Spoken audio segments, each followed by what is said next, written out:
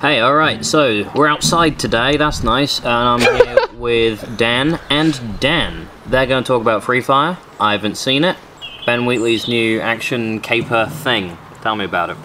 It's a, I don't know what sort of film I call it. It's a 90-minute shootout, basically. It's interesting, isn't it? Because I said to you just as we were leaving the theatre that I'm not sure how I'm meant to feel about it. Are you meant to leave amused? Is it meant to have some kind of, because are we spoilering? Are we doing spoilers?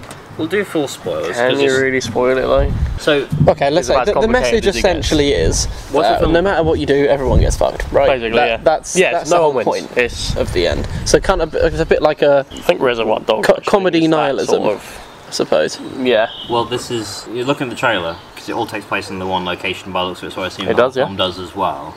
I was thinking, how's this not Reservoir Dogs? I'd say it's not as witty. It's not as witty as Reservoir Dogs. The comedy is essentially, would you agree, it's essentially just either swearing or, oh yeah, South African, isn't that funny? You don't hear that very often.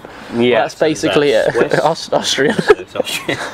Is the comedy good though? Because I thought the trailer was funny. I thought it was alright. I did laugh quite a lot, I'm not gonna lie. It's very British humour as well. I know they're all, most of the cast are American, isn't it? But like... Or Irish. But Ben Wheatley's got quite a British sense of humour. So if you ever watched Field in England, it's quite funny. But again, not an enjoyable film. As in, this isn't... Field in England. Field in England, yeah. But it's also quite similar to this, where like, there's not really a point to it. It's just kind of a story of these people doing these things. This is the thing. You think, why did they bother making this film? Because it's all right. Yeah. It'll amuse you. You know, don't not see it. Yeah. Also, don't go out of your way for it. The thing is, it doesn't fill a niche. I always use this term, tonally confused.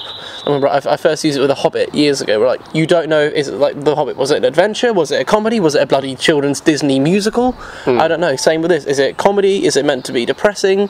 Is it a commentary or something? Because there's vague references to them being in the IRA and stuff like that, but that's not really relevant to the plot, but it's obviously there for a reason, because you know it's a director who fancies himself a bit, as Ben Wheatley seems to do. You know that nothing is there just kind of arbitrarily flung in. I'm going to do what I usually do. The thing I liked about it a lot was how scary they made the guns. Because there was comedy, they're like, oh, you fucking shot me, bro, what are you doing? I mean, that sounded more like Jonah from Tonga. But the point is, the guns were really loud and scary. They were, and when it's Cillian Murphy picks up what is not an M16 and just starts spaffing it everywhere with ridiculous recoil control. But it's really fucking loud and horrible, and you see chips flying off the concrete, and you think, I would really rather not be shot at. Quite a lot like what we spoke about Hacksaw Ridge. When the first salvo opens up, you're like, oh, that's actually very horrible. With a lot of films, when you play games as well, it can kind of trivialise guns, can't it? Like if you play a COD game, and it's like, it's only a pistol, it can't hurt me. But in this one, it's loud and scary. Would you say the trailer is very gunny? Give me gunny. That's a war gun. It looked to me kind of like, I'm going to go back to the Reservoir Dogs thing. Kind of Reservoir Dogs for the COD generation rather than a sort of filmmaker's kind of film. Which Reservoir Dogs? Well, this is the point. Like, it's kind of both, isn't it? Yeah, it's just weird. This is quite a filmmaker's kind of film. As all Ben Wheatley's films are. I quite liked all the shootouts in it. There was no soundtrack for the majority of this film. There was in every now and then there's a little bit here. But all the soundtrack in it was pretty much like actually in the film. But when the shoot is happening, you can hear nothing but bullets hitting wall and chips flying and stuff sort of whomp as it hits like the wood that's so behind. It's quite cool.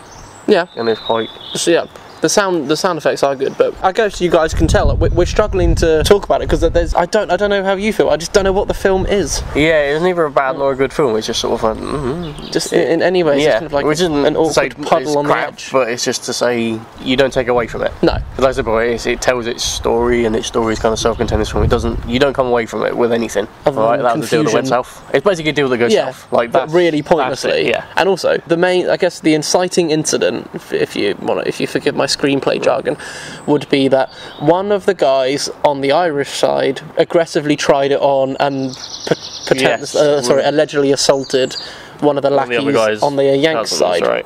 Yeah, so his cousin. And we never actually find out if that were true, because he's going like, oh, I didn't do it, man. I didn't do it. He's confusingly American despite being with the Irish for some reason. Yeah. And then when he goes up to apologise, he goes, I came in her mouth so hard I shut her teeth out. Like, well, why would you say that? And also, did you actually?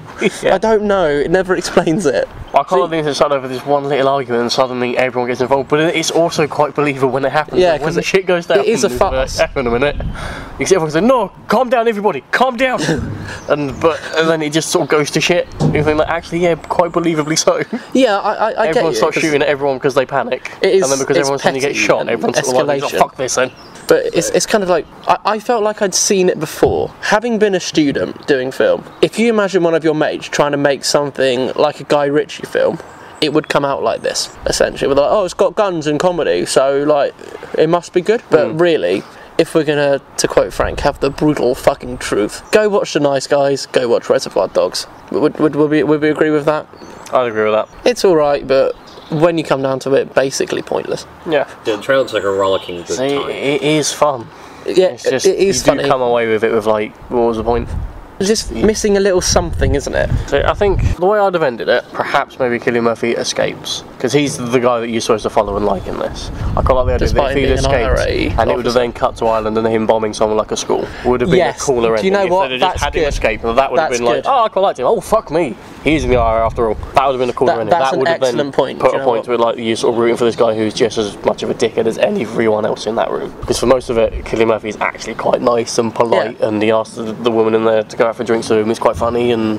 But that's a good point. What the film does well is it illustrates that everybody has their own agenda and reason for being there and personality. Everyone does, and good points and bad points. Yeah. But as we often talk about with films, probably too many characters. Okay, should we give it a numerical rating? 6.5, maybe between 6 and 7 somewhere. I was going to say exactly 6.5. Yeah. I mean, there were times the jokes made me laugh out loud. There were some things in it that I quite liked, like when Charlotte Copley's character gets shot, they kind of address that, you're fine, you got about an hour and a half before you bleed out because it's not stuck in. Like, there's kind of like a realism to when they get shot. Yeah. But that's true. But then what was his name? Burn. Yeah, I think so. And he kept going, watching Burn. I'm like, stop it. You've just been shot, stop doing puns. It's really weird. Oh, my suit. It's a Savile Row, man. He is my favourite character in it. He was the funniest one. And every now and then he keeps trying to like bribe people to like, go get the case of money, which is sort of in the middle of this burnt minefield. But the point is, he's only the funniest one because he's South African.